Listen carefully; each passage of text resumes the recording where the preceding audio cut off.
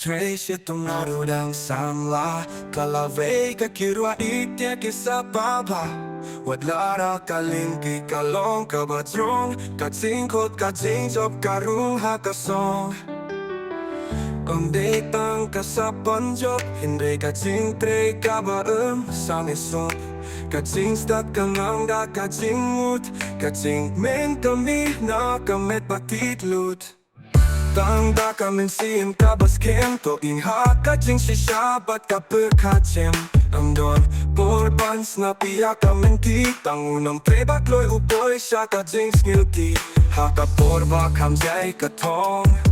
To kang kloy banjang matikay long Kalir jong kajing pendem kami Lada piyay kajing siyay kanle Kajing jub kamday kalala Hindi ka kantang kakibalay na kasya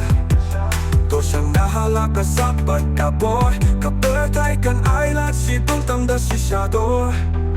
Tu Trei Shitom To itia ka kam Katsinsap ka man haba ka man kalam Bandon ka bakang katingat pansem Naman katsinsap ka day katsinggim To nang yato siyang watlight nong natatong Katsing sa kanem kakala siya kadong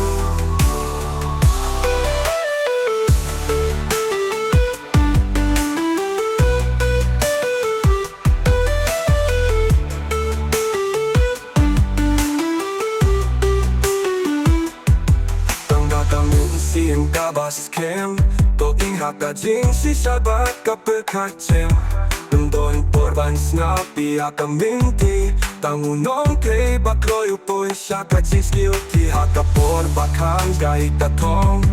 To kang kloy banjang makikay long Kalir jong kajing pinrem kami Lada piyay kajing siyay kanle Kajing sa kang day kalala Hindi ka tintang yaki balay na kasya